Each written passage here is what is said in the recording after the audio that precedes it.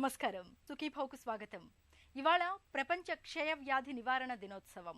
ఈ సందర్భంగా చాప కింద నీరులా సమాజాన్ని చుట్టబెడుతూ నిశ్శబ్దంగా మానవాళిని కబళిస్తోన్న క్షయ వ్యాధికి ఎలా అడ్డుకట్ట వేయాలో, టీబీ జబ్బుపై మనకు ఎలాంటి అవగాహన అవసరమో తెలియజేసే ప్రత్యేక కథనంతో మీ ముందుకొస్తోంది నేటి సుఖీభవ. క్షయ, దీన్నే మనం వాడుకలో టీబీ అని కూడా పిలుస్తాము. టీబీ జబ్బును మనం ఒక సజీవమైన అణుబాంబుగా చెప్పుకోవచ్చు. అత్యాధునిక చికిత్సలు, మందులు అందుబాటులోకి వచ్చినప్పటికీ క్షయ వ్యాధిపై మనలో అంతగా అవగాహన లేకపోవడంతో ఈ అంటువ్యాధి ప్రతి ఏటా లక్షల ప్రాణాలను బలి తీసుకుంటోంది.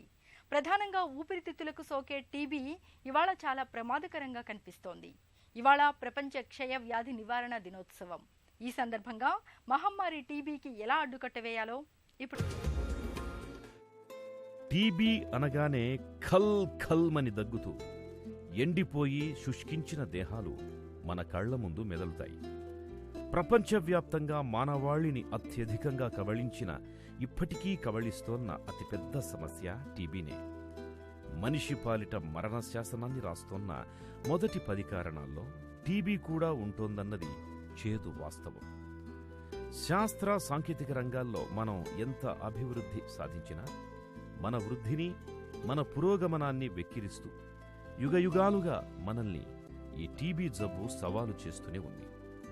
మన దేశంలో ప్రతి సెకనుకు ఒకరికి టీబీ సోకుతున్నట్లు, ప్రతిరోజు 1000 మంది టీబీ కారణంగా అసువులు బాస్తున్నట్లు గణాంకాలు చెబుతున్నాయి.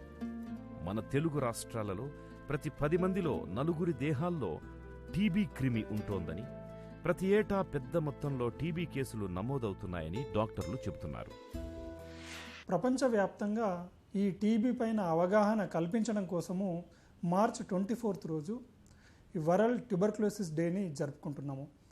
సో అందులో భాగంగానే ఈ సంవత్సరము it's time to end TB అనేటటువంటి ఈ నినాదాన్ని ప్రతిపాదించడం జరిగింది. అంటే ఇది మంచి సమయము, టీబీ పేషెంట్లను గుర్తించి వారికి సరైనటువంటి చికిత్సను అందించి, అదేవిధంగా ఎవరైతే టీబీ సోకినటువంటి వ్యక్తులు ఉన్నారో వాళ్ళు యాక్టివ్ ట్యూబర్క్యులోసిస్ లేని వాళ్ళకు కూడా ట్రీట్మెంట్ అందించినట్లయితే రాబోయే 2025 సంవత్సరానికి మన ఇండియా లోపల టీబీని రూపుమాపే కార్యక్రమం అనేటటువంటిది జరుగుతూ ఉంది.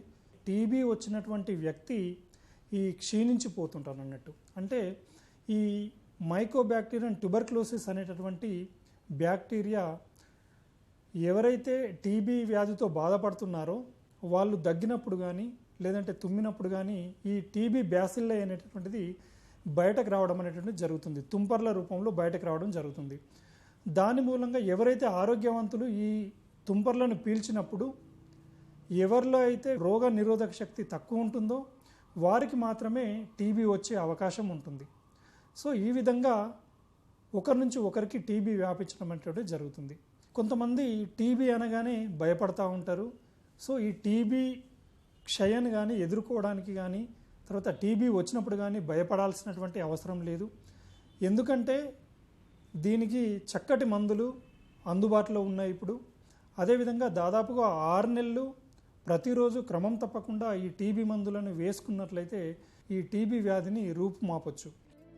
వైద్య రంగం అంతగా అభివృద్ధి చెందని, టీబీ గురించి అంతగా తెలియని రోజుల్లో ఎవరైనా అదే పనిగా దగ్గుతూ శుష్కించిపోతుంటే ఎందుకు శుష్కించిపోతున్నారో తెలుసుకోలేక గాలి సోకిందనో, శాపం పట్టిందనో వణికిపోయి వారిని దూరంగా పెట్టేవారు. 1882 మార్చి 24న జర్మనీ పరిశోధక మహాశయుడు రాబర్ట్ కాక్ క్షయకి మూలం మైకోబ్యాక్టీరియం ట్యూబర్క్యులోసిస్ అనే సూక్ష్మక్రిమి అని ప్రపంచానికి చాటి చెప్పినప్పటి నుంచి టీబీ జబ్బుపై యుద్ధం మొదలయ్యింది. రోగనిరోధక శక్తి బలహీనపడ్డప్పుడు క్షయక్రిములు టీబీని తెచ్చిపెడతాయి. పొగ తాగేవారిలో, మద్యం అలవాటున్న వారిలో, మధుమేహుల్లో, హెచ్ఐవి బాధితుల్లో, బొగ్గుగని కార్మికుల్లో, మురికివాడల్లో నివసించేవారిలో, గాలి సరిగ్గా ప్రసరించని ప్రాంతాల్లో జీవించేవారిలో, ఏదైనా కారణాన రోగనిరోధక శక్తి తక్కువగా ఉండేవారిలో ఈ క్షయవ్యాధి వచ్చే అవకాశాలు ఎక్కువ. మొత్తం క్షయ కేసుల్లో ఊపిరితిత్తులకు క్షయ సోకే కేసులే అధికం. అంత మాత్రాన క్షయ ఒక్క ఊపిరితిత్తులకే వస్తుందని అనుకోవడానికి లేదు. గోళ్ళు వెంట్రుకలకు తప్పించి క్షయక్రిమి మన శరీరంలోని ఏ భాగాన్నైనా కబళించే అవకాశం ఉంది.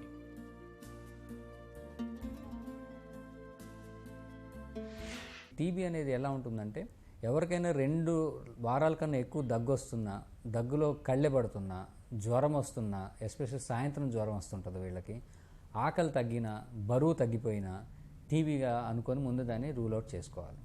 టీబీ అనేది ఏ అవయవాల కన్నా వస్తుంది, కానీ ఊపిరితిత్తులకు వచ్చే టీబీ వలన సీరియస్నెస్ ఎక్కువ ఉంటుంది. మెదడు కూడా రావచ్చు, మెనింజైటిస్ అంటాం, టీబీ మెనింజైటిస్. అలానే బోన్ టీబీ రావచ్చు, అలానే స్కిన్ టీబీ, మన reproductive organs TB, abdominal TB అంటే పేగులకి టీబీ, ఇట్లా దేనికైనా రావచ్చు. కాకపోతే ఊపిరితిత్తుల టీబీనే ఒకరి నుంచి ఒకరికి తొందరగా స్ప్రెడ్ అవుతుంది. ఎవరైనా వ్యక్తి తుమ్మినప్పుడు కానీ దగ్గినప్పుడు కానీ వచ్చే తుంపరల్లో ఈ టీబీ బ్యాసిల్లే ఉంటాయి. ఒక టీబీ బ్యాసిల్లే ఇది ఒకసారి తుంపరలోంచి బయటకు వచ్చినాక అవి గాల్లో తేలుతున్నప్పుడు పీల్చినా అది అక్కడ సర్ఫేస్ మీద ఉండిపోయి అది మనం తర్వాత ఎవరైనా వచ్చి టచ్ చేసి వాళ్ళ శరీరంలో ప్రవేశించిన జబ్బు కాజ్ చేసే ఛాన్స్ ఉంటుంది. ఈ ఒక టీబీ బ్యాసిల్లస్ ఒక చల్లగా ఉన్న వాతావరణంలో ఎవరికి ఎక్కడన్నా ఉన్నాయంటే దగ్గినప్పుడు అక్కడ అప్ టు 2 నుంచి 3 నెలల వరకు అది బతికే ఉంటుంది. సో ఆ 2-3 నెలలు ఎవరైనా ఊడ్చినా, దాన్ని టచ్ చేసినా, గాల్లో లేచినా, దుమ్ము కణాల్లో కలిసి అది అలా మనం పీల్చినా మనకి ఆ జబ్బు కాజ్ అయ్యే ఛాన్స్ ఉంది. క్షయతో వచ్చిన చిక్కు ఏమిటంటే, టీబీని తెచ్చిపెట్టే క్రిమి శరీరంలో చాలా కాలం నిద్రాణంగా ఉండి ఆపై రోగనిరోధక వ్యవస్థ బలహీనంగా మారినప్పుడు విజృంభిస్తుంది. క్షయ లక్షణాలు, చికిత్సా పద్ధతుల గురించిన మరిన్ని వివరాలను ఇప్పుడు తెలుసుకుందాం. క్షయక్రిమి మన శరీరంలో ఎక్కడ చేరినా మన రోగనిరోధక వ్యవస్థ దానిని అదుపు చేసేందుకు ప్రయత్నిస్తుంది. అది విఫలమైనప్పుడు క్షయక్రిమి విపరీతంగా వృద్ధి చెందుతుంది. మన శరీర భాగాలను చెదలా తినేయడం ఆరంభిస్తుంది. ఊపిరితిత్తుల్లో చిన్న చిన్న రంధ్రాలు పడిపోతాయి. దీంతో వాపు, అక్కడంతా నీరు చేరడం, చీము, గడ్డలుగా ఏర్పడడం వంటివి తలెత్తుతాయి. దీని మూలంగా దగ్గు, కళ్ళె పడడం వంటి లక్షణాలు కనబడతాయి.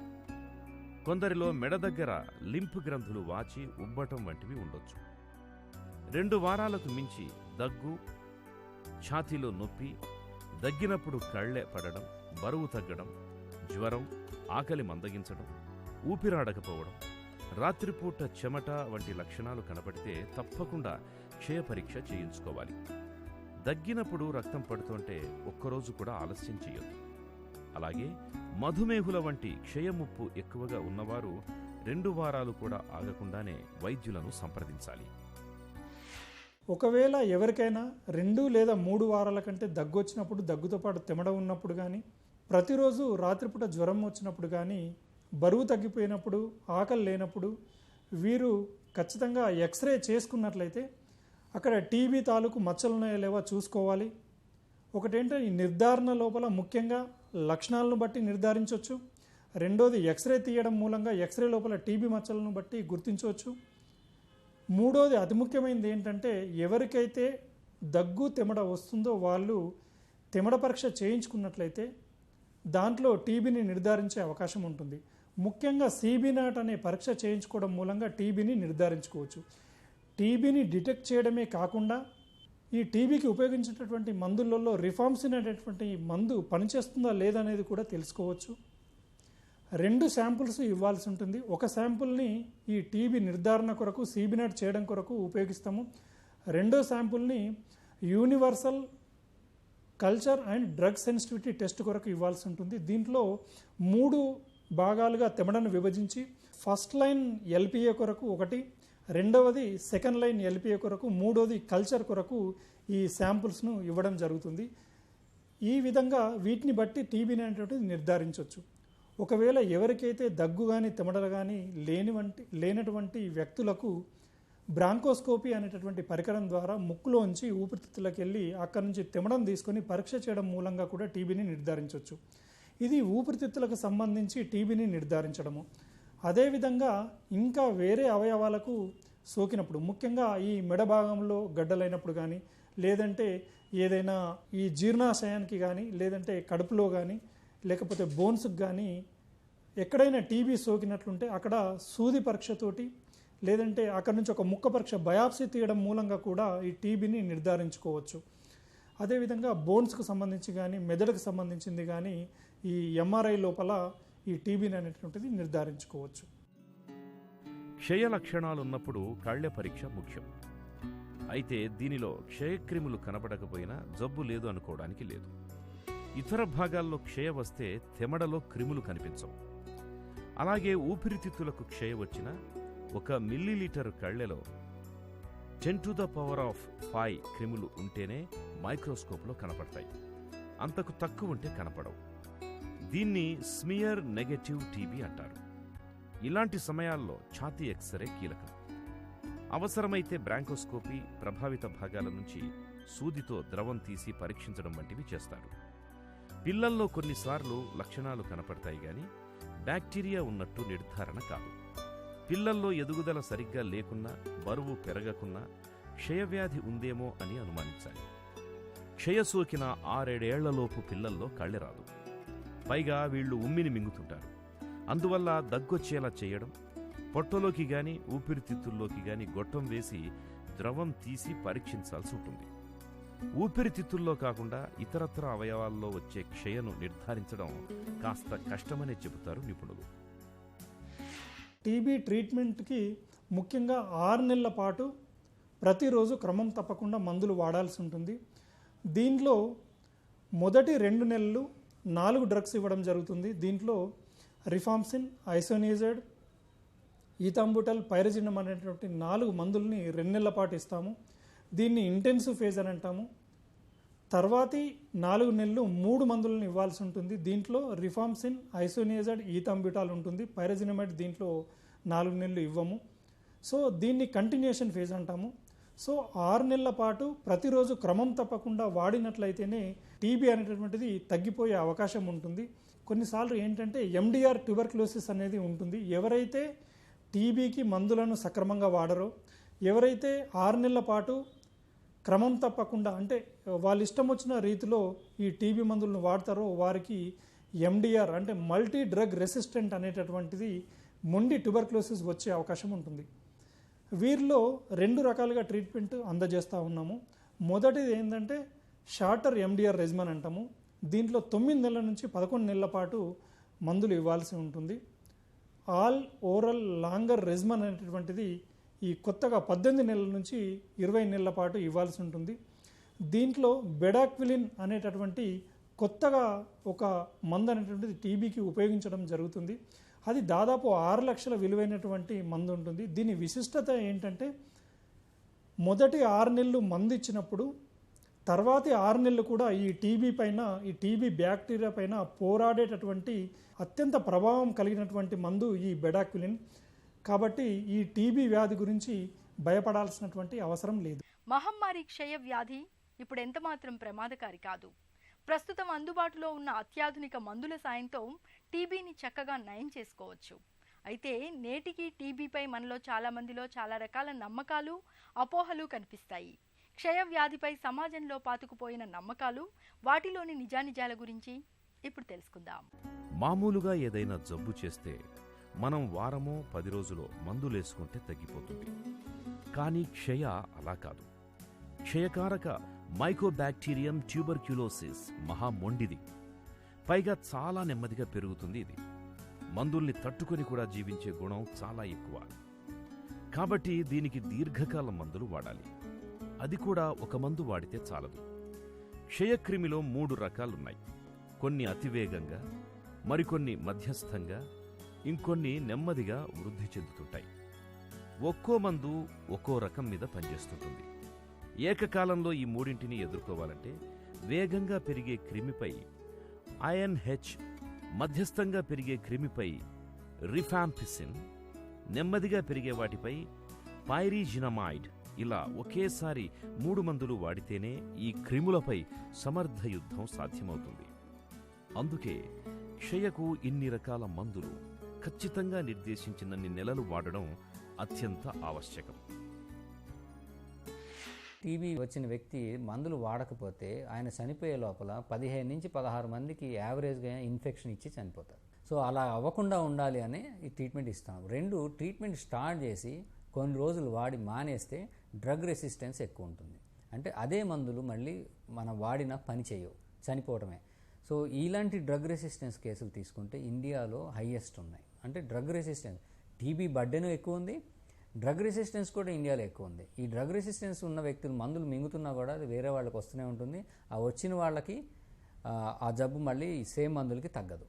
సో వాళ్ళకి డ్రగ్ రెసిస్టెన్స్ రెజిమెన్స్ అని వాడాలి. అది మళ్ళీ ఫ్రీక్వెంట్గా టెస్టింగ్ చేసుకొని ఆ ల్యాబ్స్ నుంచి రెసిస్టెన్స్ ఉందా లేదా ముందే ఫస్ట్లోనే ఇప్పుడు డయాగ్నోస్ చేస్తున్నారు. ఆ ట్రీట్మెంట్ ఆప్షన్స్ మామూలుగా అయితే 6 నెలలు, అదే డ్రగ్ రెసిస్టెన్స్ ఉన్న వ్యక్తికి అయితే 18 నెలల దాకా కూడా మందులు వాడాల్సి వస్తుంది. సో కంపల్సరీ ఎవరికైతే ఉందో నెగ్లెక్ట్ చేయకుండా కోర్సు కంప్లీట్ చేసుకొని హై ప్రోటీన్ డైట్ తీసుకుంటూ రెస్ట్ తీసుకుంటూ అంటే ఇది క్యూర్ అయిపోయే ఛాన్స్ వెరీ హై, అందరికీ తగ్గిపోయే ఛాన్స్ ఉంటుంది. కానీ ఒకసారి వచ్చి తగ్గినాక మళ్ళీ టీబీ రాదులే అని నెగ్లెక్ట్గా ఉండడానికి లేదు. సరైన నిద్ర, సరైన పోషకాహారం, వ్యాయామం చేస్తూ బాడీ ఇమ్యూనిటీ, మన రోగనిరోధక శక్తిని కరెక్ట్గా మెయింటైన్ చేసుకుంటూ ఉంటే తప్పితే అది రాదు. మన స్ట్రెస్ వలన, నిద్ర లేకుండానో, లైఫ్ స్టైల్ వలన కానీ మన స్ట్రెస్కి ఎక్కువ లోనైతే మళ్ళీ అది జబ్బు తలెత్తే ఛాన్స్ ఉంటుంది. అది మళ్ళీ మనం ఇన్ఫెక్ట్ అయిపోయే ఛాన్స్ ఉంటుంది. సో ఒకసారి వచ్చి తగ్గినా అది రాకుండా ఉండాలన్నా మనము మన హెల్త్ని మెయింటైన్ చేసుకోవడం ఎంతో అవసరం. ఈ టీబీని నివారించుకోవడానికి ముఖ్యంగా ఎలా వస్తుందో తెలుసుకోవాలి. ఈ ఎవరైనా టీబీ సోకినటువంటి వ్యక్తి కానీ దగ్గినప్పుడు, తుమ్మినప్పుడు వాళ్ళ నుంచి వెలువడే తుంపర్ల ద్వారా టీబీ వస్తుంది. కాబట్టి ఎవరైతే టీబీతో బాధపడుతున్నారో వాళ్ళు ఎక్కడ పడితే అక్కడ దగ్గకుండా, తర్వాత ఎక్కడ పడితే అక్కడ ఉమ్మి వేయకుండా జాగ్రత్తలు తీసుకోవాలి.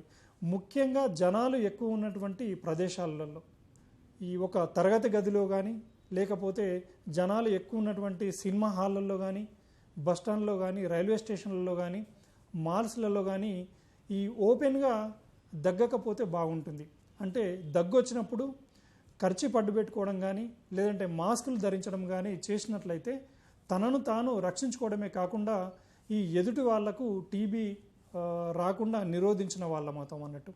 అయితే ఒక టీబీ సోకినటువంటి వ్యక్తి తన ఒక సంవత్సర కాలంలో దగ్గినప్పుడు కానీ ఆ తుంపర్లు అనేటటువంటివి ఒక టీబీ సోకినటువంటి వ్యక్తి మూలంగా ఒక సంవత్సరం లోపల 10 నుంచి 15 మందికి టీబీ వచ్చే అవకాశం ఉంటుంది. కాబట్టి ఈ ట్రాన్స్మిషన్ను అడ్డుకోవాలంటే ఖచ్చితంగా కర్చీఫ్ కానీ, మాస్క్ కానీ పెట్టుకోవాల్సిన అవసరం ఉంటుంది. అదేవిధంగా బీసీజీ వ్యాక్సినేషన్ అనేటటువంటిది ప్రతి శిశువుకి, అంటే పుట్టినటువంటి ప్రతి శిశువుకి బీసీజీ వ్యాక్సినేషన్ అనేటటువంటిది ఇవ్వాలి. దీని మూలంగా టీబీని నివారించిన వాళ్ళం అవుతాము. అదేవిధంగా ఎవరిలో అయితే వ్యాధి నిరోధక శక్తి తక్కువగా ఉంటుందో వాళ్ళు ఈ నిరోధక శక్తిని పెంపొందించుకోవడం కోసం, ఇమ్యూనిటీని పెంపొందించుకోవడం కోసము ప్రతిరోజు క్రమం తప్పకుండా వ్యాయామం చేయాలి. అదేవిధంగా తినేటటువంటి ఆహార పదార్థాలలో ఈ మాంసకృత్తులు, ప్రోటీన్ పదార్థాలు ఎక్కువగా ఉండేటట్లు చూసుకోవాలి. పండ్లు, ఫలాలు ప్రతిరోజు తీసుకున్నట్టయితే బాగుంటుంది. అదేవిధంగా ప్రతిరోజు ఒక 1/2 లీటరు పాలు తాగినట్లయితే బాగుంటుంది. ఒకప్పటితో పోలిస్తే ఇవాళ టీబీకి చక్కటి మందులు అందుబాటులో ఉన్నాయి. చికిత్సలో కూడా విప్లవాత్మక మార్పులొచ్చాయి. మందులు ఖచ్చితంగా వాడుతూ ఇంటి వద్దే ఉంచి చికిత్స చెయ్యడం అనేది ఇప్పుడు ప్రామాణికంగా మారింది. క్షయబాధితులు మందులు వేసుకుంటూ ఇంట్లో ఉన్న ఇతరులకు ఇది వ్యాపించదు. మందులు వేసుకోకుంటేనే ఇతరులకు వ్యాపిస్తుంది. చాలామందికి టీబీ మందులు ఆరంభించిన 15 రోజుల్లోనే దగ్గు, జ్వరం వంటి లక్షణాలు తగ్గి కులాసాగా అనిపిస్తుంది. దీంతో చాలామంది పూర్తి కోర్సు వాడకుండా ఈ దశలో మందులు మానేస్తున్నారు. దీంతో టీబీ క్రిములు మందుల్ని తట్టుకునే సామర్థ్యాన్ని సంతరించుకుంటున్నాయి. ఈ పరిణామం టీబీ జబ్బుని మరింత మొండిగా మారుస్తోంది. దీనిని దృష్టిలో ఉంచుకునే ప్రభుత్వం ఆరోగ్య కార్యకర్త ప్రత్యక్ష పర్యవేక్షణ సమక్షంలోనే రోగికి మందులిచ్చేలా డాట్స్ కార్యక్రమాన్ని రూపొందించింది. ప్రైవేటు డాక్టర్ల సహాయం లేకుండా మన దేశంలో క్షయను అరికట్టడం సాధ్యం కాదు. అందువల్ల ఇండియన్ స్టాండర్డ్స్ ఆఫ్ టీబీ కేర్ని రూపొందించి దీనిలో ప్రైవేటు డాక్టర్లకు శిక్షణనిస్తున్నారు. క్షయవ్యాధి నివారణ దినోత్సవం సందర్భంగా దీర్ఘకాలికంగా వేధించే క్షయవ్యాధి నిర్మూలన విషయంలో మనకు ఎలాంటి అవగాహన అవసరమో, క్షయను నివారించుకునేందుకు ఎలాంటి జాగ్రత్తలు తీసుకోవాలో తెలియజేసే ప్రత్యేక కథనాన్ని చూశాం కదా.